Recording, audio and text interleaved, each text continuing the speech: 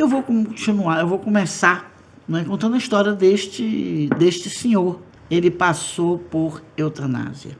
Ele mora num país onde a eutanásia é permitido, né, onde houve uma decisão em conjunto das pessoas, enfim, da ciência, e a eutanásia foi permitido. Quem não sabe o que é eutanásia é quando as pessoas estão muito doentes, não tem assim, que a ciência não dá nenhuma esperança para elas e que elas estão sentindo muita dor e sofrendo muito, elas passarem por uma espécie de suicídio assistido. Não é aquele suicídio que a pessoa está desesperada, nada disso. As pessoas estão tomadas de dores. Normalmente é em casos bem difíceis mesmo. Bem difíceis. Em alguns países, o livre-arbítrio das pessoas escolheram este processo. Há outros países não, como é o Brasil, o país onde eu nasci, de onde estou falando agora. Não temos essa cultura, enfim, não optamos por este caminho. E ele optou.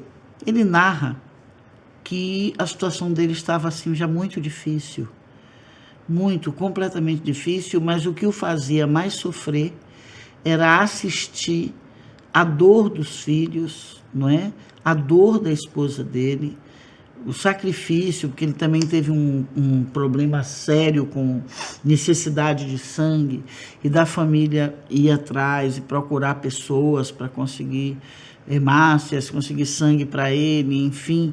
E ele disse que ele já estava assim, que ele não se aguentava mais, não é? Que ele estava também sentindo muita dor, que a morfina que ele tomava, ele conta que aquilo que saia queimando já as veias dele, que ele às vezes não sabia se era bom ou não. Morfina é um remédio que é dado quando as pessoas estão num processo de dor muito violenta. Ele dizia que já não queria mais, porque doía também tomar a própria morfina e ela já não trazia nenhum resultado para ele. Como ele estava num país onde se tinha concluído que era importante a questão da eutanásia, ele quis fazer a eutanásia. Ele já estava tudo pronto, não é? A família, a princípio, não queria, principalmente a esposa dele, não queria, mas ele conseguiu, tanto com a dor dele, com tudo que ele estava passando, conseguir convencer as pessoas para esse fim. E foi tudo preparado e ele desencarnou 15 minutos antes. Diz que estava tudo pronto e de repente ele sentiu uma leveza no peito, que deu um suspiro profundo, e quando ele se viu, ele estava fora do corpo. Ele disse que no primeiro minuto ele achou que tinha ficado louco. Mas como ele era um psiquiatra, tinha estudado psiquiatria, não é? Os estudos, os conhecimentos que ele tinha da mente o ajudaram naquele momento, foi o relato dele. Ele era também um médico, um psiquiatra. E ele disse que ele olhou e falou: o que está acontecendo? Será que algum efeito de alguma droga que eu estou me vendo duplicadamente?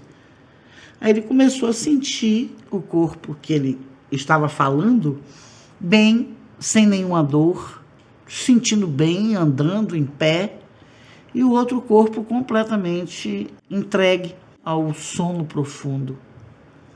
E ele disse que ele ficou ali, e os médicos chegaram, os filhos levantaram, acharam que ele estava quieto, que ele estava quieto, estava se preparando para o momento, não orando, porque ele se dizia ateu. Ele disse que ele não acreditava em Deus, não acreditava em nada, em vida após a morte, nada disso. Então a família não estava esperando que ele estava orando, mas que ele estivesse ali fazendo algum tipo de preparo para o momento que ele fosse desencarnar, né? Que fosse começar a vir as injeções, enfim, todo o processo de eutanásia. E estavam esperando, e 15 minutos antes ele desencarnou, o mentor dele chegou, ele viu o mentor, ele explicou ao mentor, o mentor explicou a ele, o que estava acontecendo, e o mentor dele, quem veio buscá-lo foi um avô que ele tinha. E esse avô chegou, ele reconheceu o avô, e na hora que ele viu o avô, imediatamente ele falou: não, meu avô está desencarnado, está morto, enfim, meu avô não está mais entre nós. E o avô estava bem mais jovem que ele, inclusive. Então ele conta, eu tomei um susto, porque meu avô estava bem mais jovem do que eu. Ele estava exatamente como eu me lembrava dele. Ele desencarnou, eu era um adolescente. Então a memória que eu tinha era um avô que eu gostava muito, porque a gente pescava, ele gostava de ler, foi ele que me introduziu às leituras dos filósofos e me ensinou muito a ler sobre filosofia. Eles que tinham uma lembrança assim maravilhosa desse avô e que ele reconheceu quando o avô chegou. Aí o avô explicou a ele o que tinha acontecido e que ele iria para o plano espiritual. E ele disse que ainda conseguiu ouvir a esposa dele dizer, que era uma mulher que acreditava em Deus, que Deus o tinha privado, né?